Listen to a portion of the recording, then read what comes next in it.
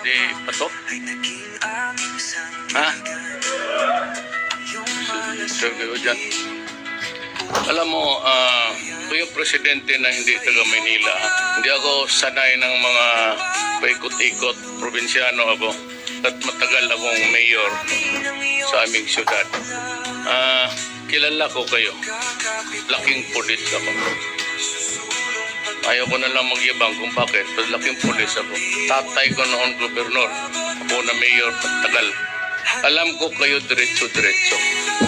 Alam mo, kayo pumasok, nasa isip siguro ninyo, paging pulis, pag may baril, may badge, yun na yun.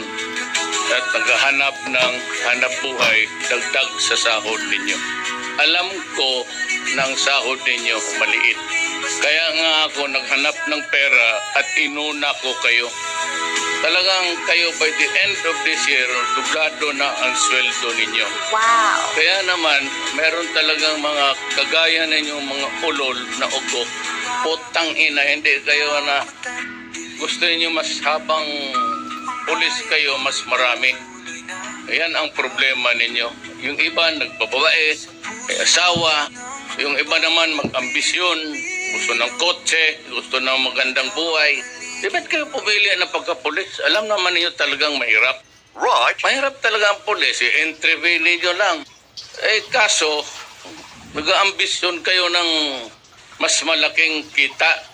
Kunin nyo dyan sa mga vendor, sa mga driver, kung anong kaputahan ng magkapera lang. Minsan hold up, minsan mga inosenteng tao. Sinisita ninyo kung ano-anong kalukuhan na sinasabi ninyo. Yung makita ninyo yung mga nakaparking dyan, babae at lalaki, naghalikan lang. This is what it's all about. It's all one big basketball family, folks. Winning time. Both teams over the limit. Huli ka agad. Anong pakialam ninyo? Maghanap kayo ng mali para magka-pera. Gusto ko yung ihulog dyan putang inang Pasig na yan. Pero wag na lang kasi itong human rights, kung anong nakikita naman sa buhay ng isang taga-gobyerno na gustong disiplinahin kayo. Gusto ko palinisin ko kayo ng magbalik kayo dito mag-swimming trunk. Oh no! Linisin ninyo yung Pasig River. Inumin ninyo kasi madumi. Yang bata pa naman kailangan ko ng pulis sa South. Kulang ang pulis sa Basilan kasi mayat maya pinagpaputok-putok yung mga istasyon doon, ubos. Kayo, lahat ngayon nandito, kasali kayo sa task force sa South. Padala ko kayo sa Basilan. Tumira kayo doon ng mga 2 taon. Kung lumusot kayo buhay, balik kayo dito. Kung doon kayo mamatay, sabihin ko sa pulis, wag na magasto na para dalhin pa kayo dito, doon na kayo ilibing. Doon niyo pakita yung kalukuhan ninyo. Hindi ako mag-retraining. Anong i-retraining ko sa inyo?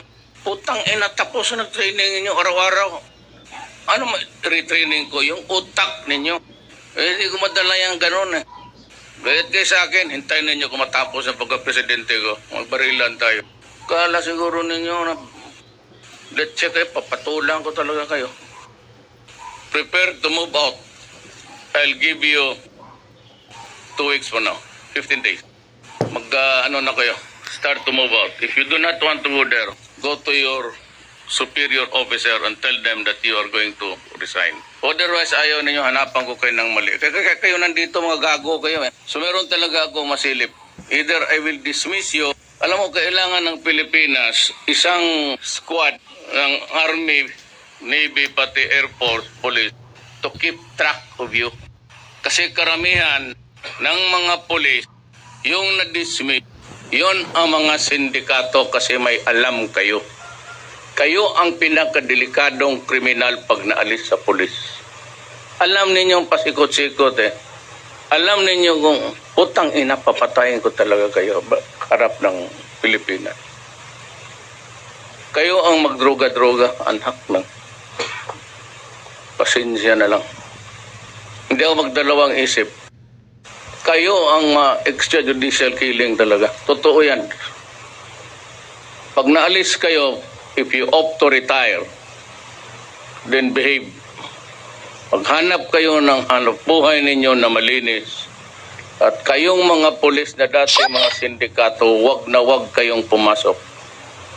Because I will create a battalion para lang to keep track of your movements.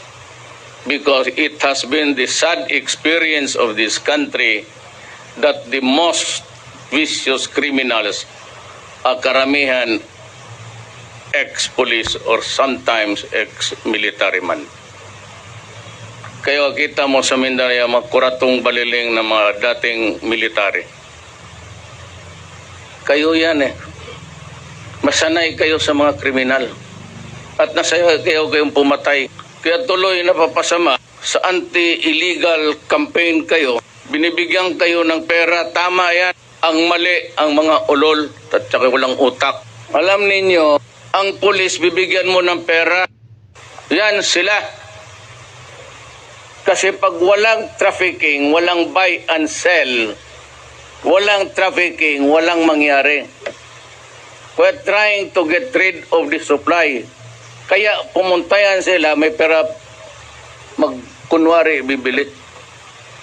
Nangyari itong mga gagon to, hindi binigay yung pera, pinatay yung mga poser, kinuha yung shabu, ipinagbilit, tapos pati yung pera, binulsa. So do not be surprised about these allegations they are being paid. Oh, how are you supposed to enter into a trafficking event kung walang nagbibili, wala rin nagpabili, walang trafficking? Di possession lang, billable. Kaya ganon yan. Diyan nagkakandalo ko. Hindi ko alam ilan nangyaring ganon. But do not be surprised if they are there to buy. Ayun sabihin na binigyan sila ng incentive. Mayroon ring incentive. Mayroon ring operational funds. How much I gave them? 150 million. Para na magbili ng mga... Ngayong iba, yun ang nangyari. Sabi nila binibigyan sila ng 5 mil, 10 mil. Putang ina, bakit ko kayo bigyan ng pera? Trabaho ninyong pumatay. Let's check. Bigay ako ng pera. Ulol. Kaya nga kayo binigyan ng baril. Kaya pagka lumaban, di barilin mo. Daan ako ng Pasig River. Wala akong nakitang water lily. So, prepare to move out. Doon, makita mo yung kagaguhan mo doon. Kwentro mo doon, Abu Sayyaf. 2 taon lang sa pulis, gusto kotse kagad. Gusto ng bahay. Para magkago na ulol kayo. Kaya nga nag-i-standby, nagpapatrol na, nandyan sa mga barbar. Kaya yung mga magaganda dyan, gusto ninyo inyo. Wala kayong pera, ayan. Ewan ko ilang tao na pinatay ninyo na inosente na walang kamuang-muang. Pero kung hindi ko kayo palusutin, sa totoo lang.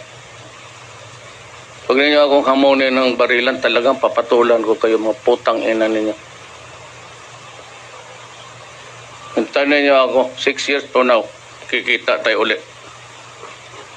Let's check kayo. Sabi ko, hindi ako yung presidente na galing dito, ha? Yung mga pitsugin. Na pinipili lang ng mga mayaman dito sa Manila kung sinong kandidato nila. Ako'y hinalal ng tao. Hindi ba matalo sa pagmahalang sa pulis? Kita mo ang Davao. Walang abusado, walang checkpoint, wala lahat. Buhay ng mga tao doon,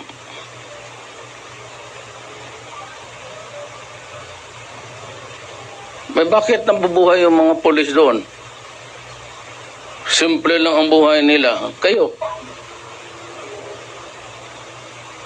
Pero karami ninyo mga ulol kayo. Putang. Sayang yung suswildo-swildo ng gobyerno sa inyo. Alam nyo, alam ko kultura ng polis. 2 out of 5 sa inyo tagdadalawang asawa. Yan ang sakit ninyo. Kasi nga, pagka naka-uniforme, may baril, may badge, kala mo sino na ang mga ulon. Tangin. Ano, nabipika na rin yung sarili ninyo.